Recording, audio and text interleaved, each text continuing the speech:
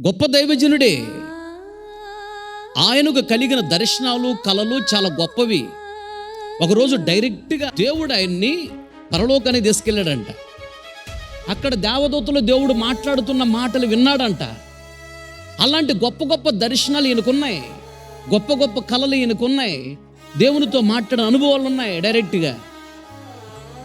ఒకవేళ ఈయనకి గర్వము అతిశయం వచ్చిద్దామోనని, గర్వం వచ్చి దేవునికి దూరం అయిపోతాడేమోనని దేవుడే ఈయనకు ఆ బలహీనత పెట్టాడంట. రోజుకు 3 సార్లు ప్రార్థన చేసుకున్నాడంట, అయ్యా ఈ రోగం నుంచి విడిపించయ్యా అని.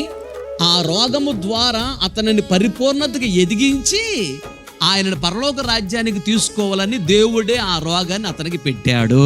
ప్రజలాడు హల్లెలూయా.